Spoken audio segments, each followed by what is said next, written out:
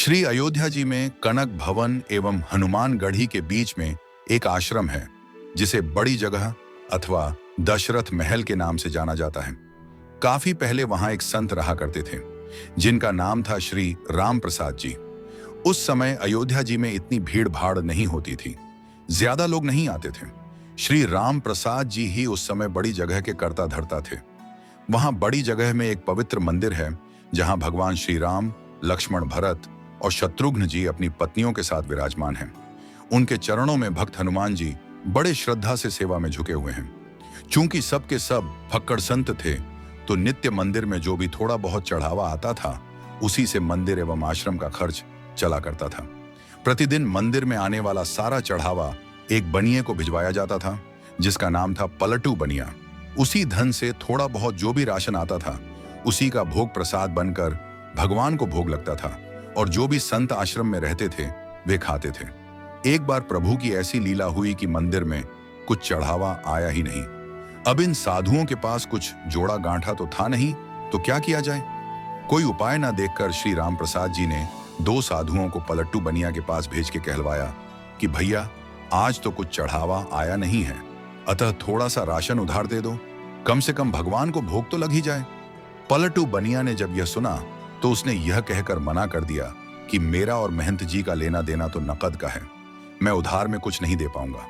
श्री राम प्रसाद जी को जब यह पता चला तो जैसी भगवान की इच्छा कहकर उन्होंने भगवान को उस दिन जल का ही भोग लगा दिया।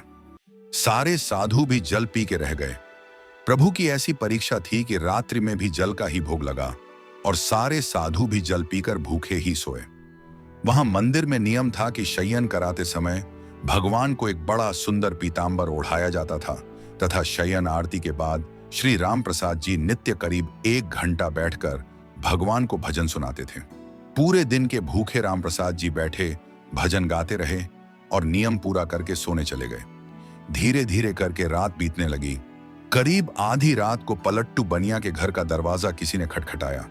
वो बनिया घबरा गया कि इतनी रात को कौन आ गया।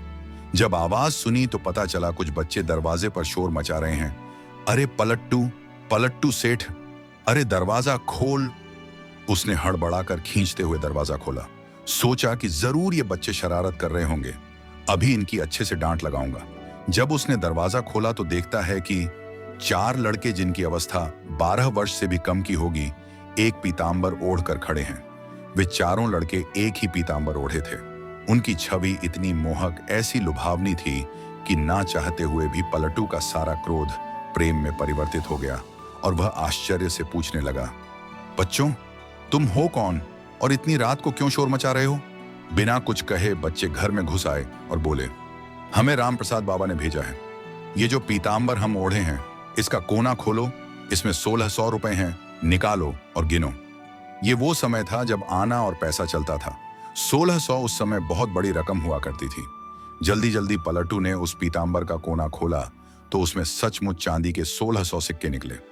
प्रश्न भरी दृष्टि से पलटू बनिया उन बच्चों को देखने लगा।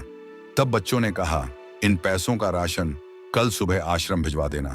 अब पलटू बनिया को थोड़ी शर्म आई। हाय, आज मैंने राशन नहीं दिया, लगता है महंत जी नाराज हो गए हैं, इसीलिए रात में ही इतने सारे पैसे भिजवा दिए। पश्चाताप, संकोच और प्रेम के साथ उसने हाथ जोड़कर कहा, बच्चों मेरी पूरी दुकान भी उठाकर मैं महंत जी को दे दूंगा तो भी ये पैसे ज्यादा ही बैठेंगे। इतने मूल्य का सामान देते देते तो मुझे पता नहीं कितना समय लग जाएगा।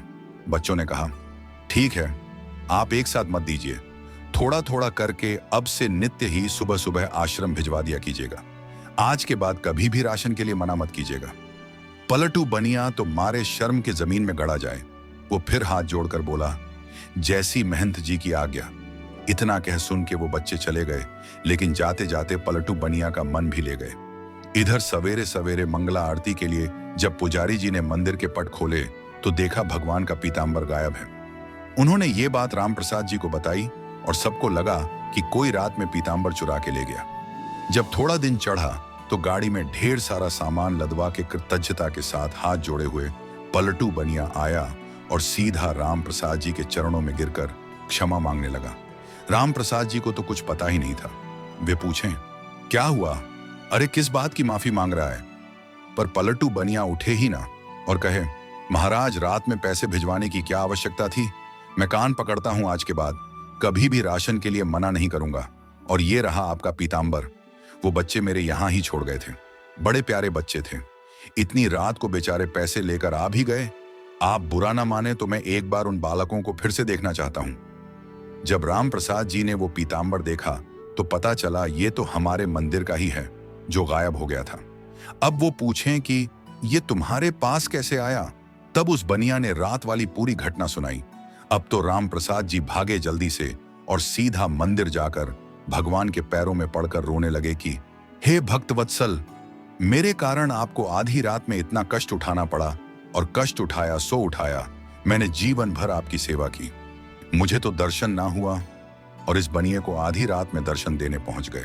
जब पलटू बनिया को पूरी बात पता चली तो उसका हृदय भी धक से होके रह गया कि जिन्हें मैं साधारण बालक समझ बैठा वे तो त्रिभुवन के नाथ थे। अरे, मैं तो चरण भी न छू पाया।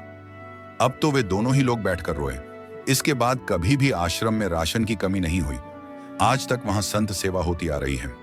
इस घटना के बाद ही पलटू बनिया को वैराग्य हो गया और यह पलटू बनिया ही बाद में श्री पलटूदास जी के नाम से विख्यात हुए।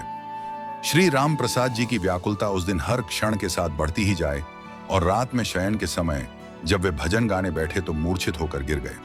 संसार के लिए तो वे मूर्छित थे, किंतु मूर्छावस्था में ही उन्हें पत्नियों सहित चारों भाइयों का दर्शन हुआ, और उसी दर्शन में श्री जानकी जी ने उनके आंसू पोंछे तथा अपनी उंगली से इनके माथे पर बिंदी लगाई, जिसे फिर सदैव इन्होंने अपने मस्तक पर धारण करके रखा।